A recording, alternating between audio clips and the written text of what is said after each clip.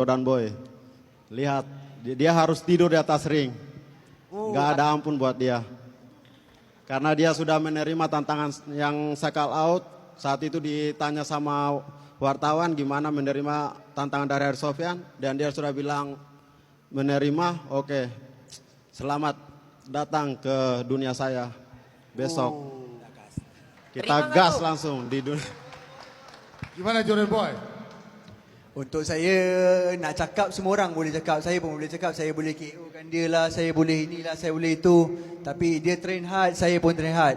Anything can happen dalam ring. Walaupun dia training daripada Februari pun. Tapi kalau Allah kata bukan rezeki dia. One punch kena KO. That mean nothing. So for me tak payah nak overconfident or anything else. Just get ready. Sihat-sihat. So esok kita berdansa dalam ring.